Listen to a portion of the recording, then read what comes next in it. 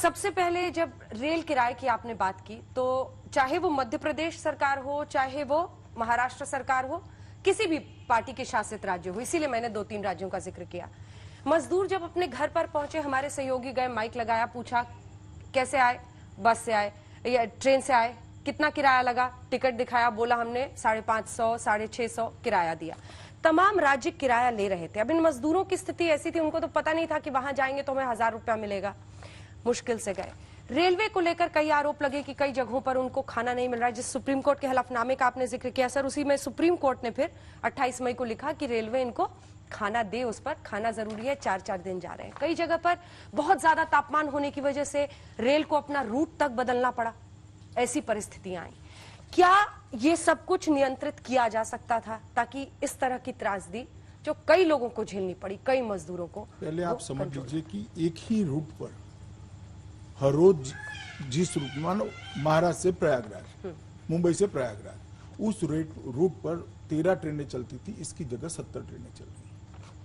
Railway की मर्यादा समझने का भी हमने प्रयास किया है और इसको रिजॉल्व करते हैं, तभी तो मर्यादा समझ में आती है। हर रूट का अपना एक ड्राइवर होता है जिसको कर्व मालूम है, ब्रिजेस मालूम है, सिग्नलिंग मालूम है, दूसरा ड्राइवर भेज नहीं सकते। और एक रूट पर ज्यादा ट्रेन होने के कारण ट्रेनों का चक्का जाम भी लगा है।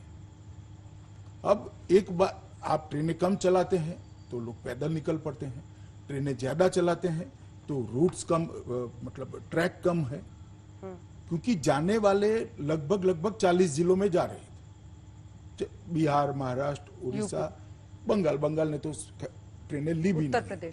उत्तर प्रदेश तो गुजरात से गए, महाराष्ट्र से गए, तमिलनाडु से गए, पंजाब से गए सभी वहीं, वो 40 जिलों में। इनकी लाइनों की मर्यादा थी, इसके कारण कई जगह 2-2 दिन, 3-3 दिन के बाद ट्रेनें पहुंची है। परंतु ये ठीक नहीं है कि इनको खाना नहीं दिया, उनको खाना भी दिया गया है और वहां पहुंचने के बाद उनका किराया भी दिया गया है, वो क्वारंटाइन सेंटर में रहने के बाद। इसका उद्देश्य, एकमात्र उद्देश्य था कि वो अपने आप को क्वारंटाइन करे, जिससे उनका गांव और उनका परिवार सलामत रहे। ठीक है, इससे पहले कि मैं अन्य मुद्दों पर जाऊं, एक आखिरी सवाल इस पर है, क्या सरकार के पास कोई आंकड़ा है सर जिसमें ये प्रोजेक्ट हो सके, या क्लियरली पता था पहले से, या पता है अब कि इतने लाख या इतने करोड़ मजदूर हैं जो प्रवासी हैं, दूसरे राज्य में रहकर काम कर रहे हैं? क्या ऐसा अभी भी कोई विस्तृत डेटा है? देखिए, प्रवासी मजदूर तो कई प्रकार के आंकड़े प्रचलन में है, मगर जो जाना चाहते हैं, मेरा मानना है कि लगभग 1 करोड़ 10 लाख लोग जा चुके हैं और अभी भी लगभग 400 ट्रेन, मतलब 3-4 लाख लोगों की सूची राज्यों के पास पेंडिंग है। हो सकता है नहीं भी हो सकती, मगर एज ऑन टुडे की मैं बात करूं, 4-1 लाख लोगों की राज्यों की सूची है।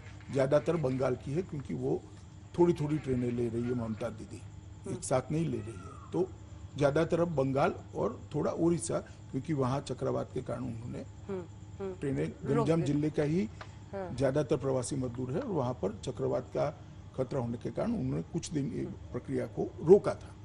तो ये 2 राज्यों के अब ज्यादा प्रवासी श्रमिक बचे हैं। यूपी और बिहार के बहुत नहीं बचे हैं। मेरे अंदाज से अब 5-6 से 6 लाख लोग बचे होंगे, मगर इसमें और ऐड हो भी सकते हैं। ठीक है, मैं और अब तो 1 तारीख से तो रेलवे रेगुलर भी चालू हो रही है। 250 ट्रेनें अप डाउन मिलाकर रेगुलर भी चालू हो रही है। अब ये प्रवासी मजदूर वापस लौट रहे हैं और आप आर्थिक व्यवस्था को फिर से जान डालने की कोशिश कर रहे हैं। अब कहीं काउंटर चुनौती तो नहीं आ जाएगी? हो सकता है आए, शुरुआती दिक्कतें आएगी, परंतु मुझे भरोसा है कि अपने परिवार को एक बार मिलने के बाद, स्वस्थ होने के बाद, परिस्थिति देखकर ये जरूर काम पर लौटेंगे और कई जगह लौटना शुरू भी हुए।